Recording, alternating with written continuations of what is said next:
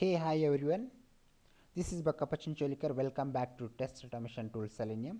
In the today's video session, we'll be covering what is abstraction, what is abstract keyword in Java programming language, and how to achieve loose coupling in Java programming language. And with the example program, we will be seeing real-time example for abstraction. First, I'll define what is abstraction is. Abstraction is a process of hiding the implementation details and the functionality. I'll give a good example for the abstraction. If you have visited the ATM machine where you have done deposited some amount or withdrawal of some amount, you don't know how it is implemented inside and how it is communicating with the server. Just you are pressing on the computer and you are getting the amount from the ATM.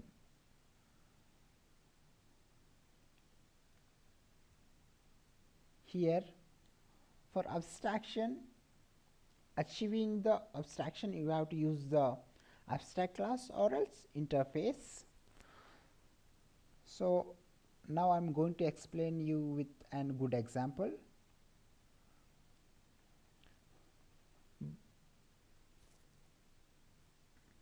Here I have defined the one class called abstract here. For abstract class, you cannot create any object of the abstract class. You can create only reference variable of abstract class. And the syntax for abstract class is any class that is having abstract keyword, that is called abstract class.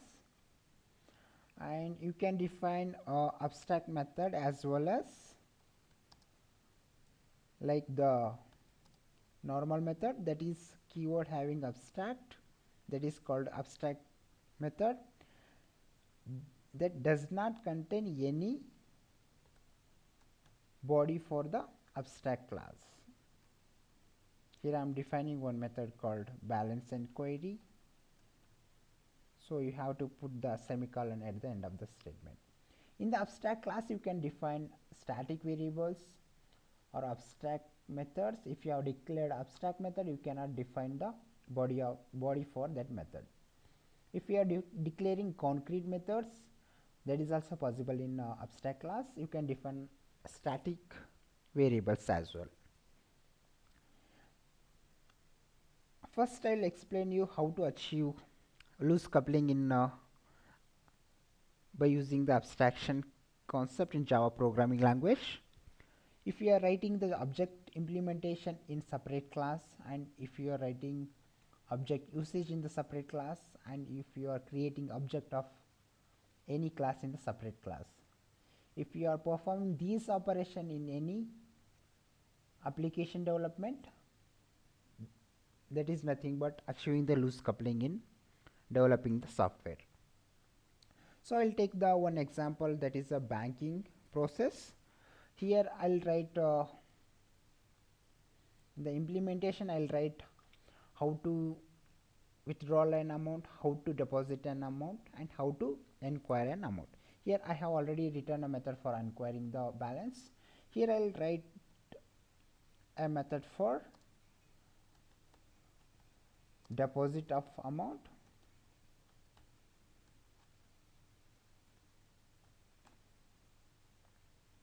Here I am declaring the method for withdrawal of amount. So both has to take one parameter. If you are with depositing some amount, you have to give the amount, how much amount you are going to deposit. So in the same way, I am defining one variable called amount. And for withdrawal also, you have to define one parameter, how much amount you want to withdraw from the account. I have defined one abstract class, and here I am defining two more classes. One is a saving account, one more is a loan account.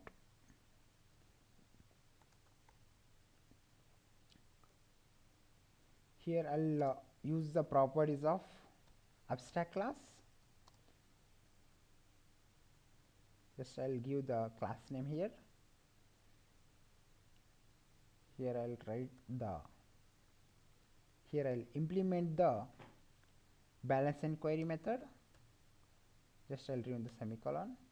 For saving account, I'll define one variable for storing the amount for the saving account called account balance. In this method, just I'll print one statement, how much amount available in the saving account. Balance available in saving account is, just here I'll print the variable name, that is called account variable. That is it for balance inquiry method.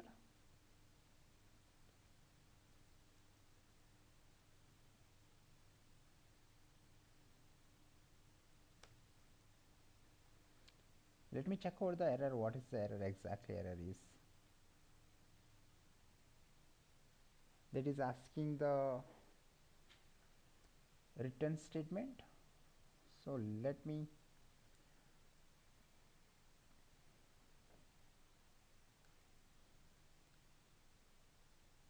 just look into the error. What is the exactly error is looking. So add return statement to our void. So here I have written void, but that should be small letter.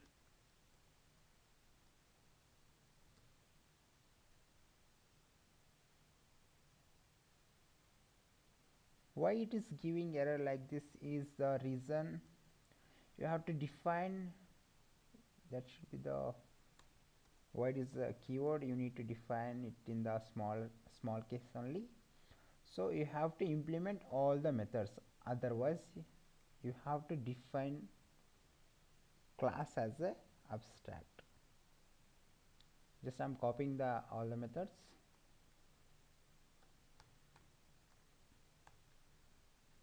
Here just I'm defining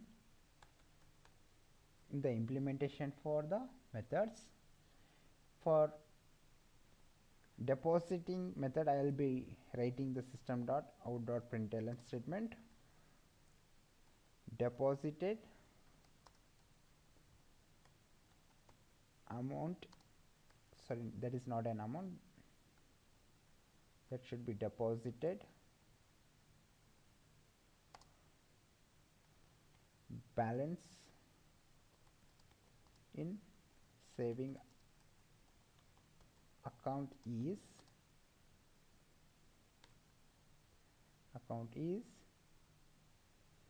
here just I'm printing the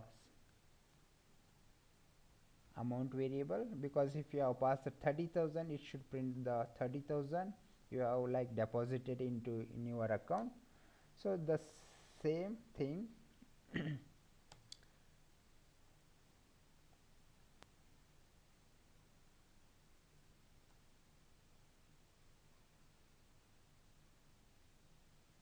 something it is going wrong here. You have to remove the semicolon. Oh, again you have actually you have to define the semicolon double quotation here. So here I am adding the account that is passed by the deposit method into the account balance variable. Here just I'll be giving the variable name, and here I'll write account balance equal to, this is a double type, so you have to use a return keyword for returning the values for that account balance variable. I'll just copy the enter method here and I'll paste it under the withdraw method, because it is almost equal. If you are performing deposit, that will be added to your account, so I use the addition operator here. If you are withdrawing some amount, that will be subtraction from your account, so just I'm using the sign here, and I need to change the statement here. Here I have withdrawal balance in saving account is something what you have mentioned, like if you are withdrawing of 5,000, it should print 5,000 amount. Let us look into the error, what exactly the error is. It is asking to remove the semicolon here. That is fine. In the same way, I'll just copy the enter method and I'll rename to the loan account. So here also in the statement I'll change to loan account.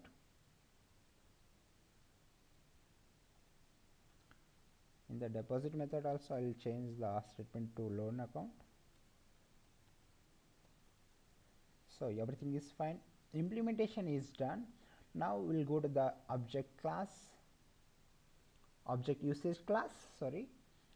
Here I will be writing one method called transaction for doing the saving account transaction, or here I'll take the reference variable of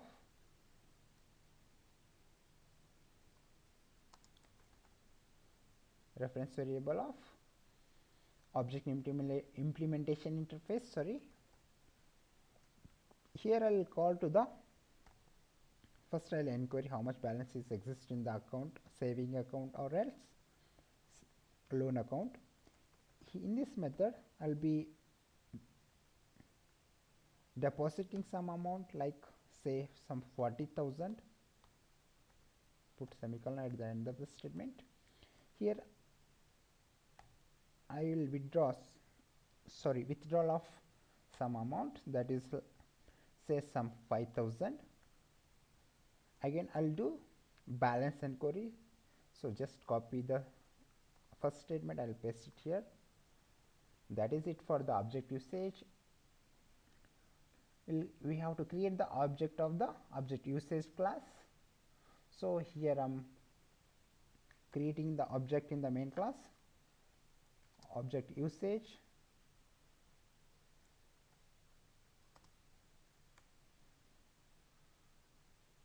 Object 1, that is a reference variable for the object usage class. Here I am defining one object of object usage class. Here I will create one more object of saving class. So just use the obj2 equal to new operator followed by the class name, and you have to define the constructor. That is it. By using the reference variable of object usage class, I'll call to the transaction method. For that takes the object, or else it takes the reference variable. Actually I have defined here that takes the reference variable or else object, anything is fine. Here I am defining the reference variable of saving account class.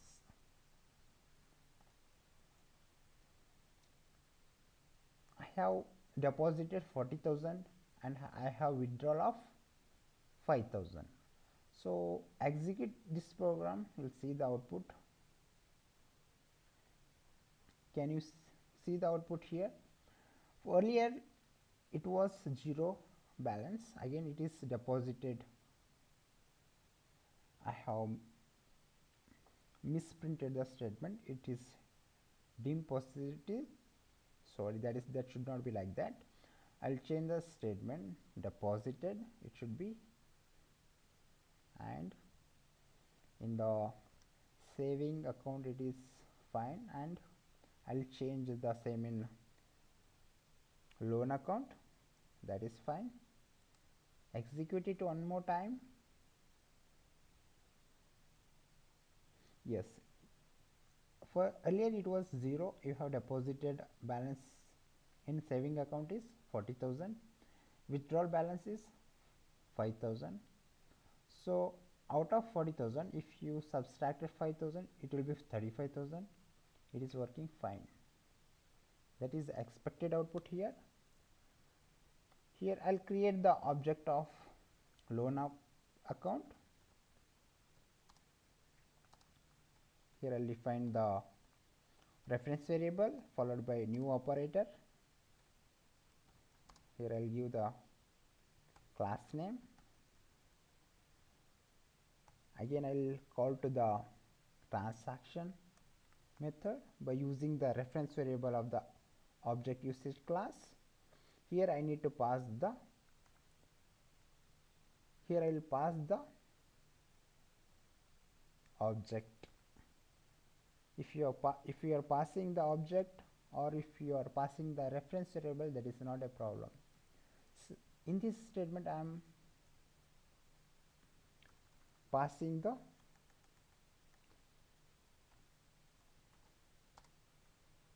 object of loan account. Here I'll print something to make difference in the statement of loan account balance and saving account balance. Execute this program. Can you see the output here? It was 0 loan account, again it is deposited 40,000, again you have withdrawal of 5,000. Now the available balance is 35,000.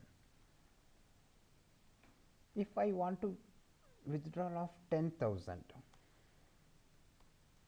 I'll change it in the object usage. If I want to deposit some amount, I'll do change in the object usage class.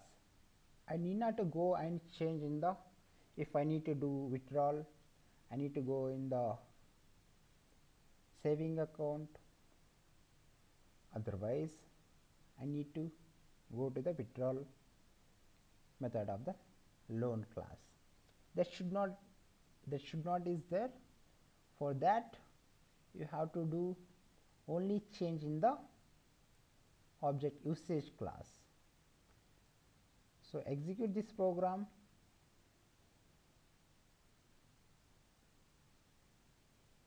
You are getting the correct output. You are depositing 50,000, you are withdrawing of only 1,000. So in saving account it is 49,000 and in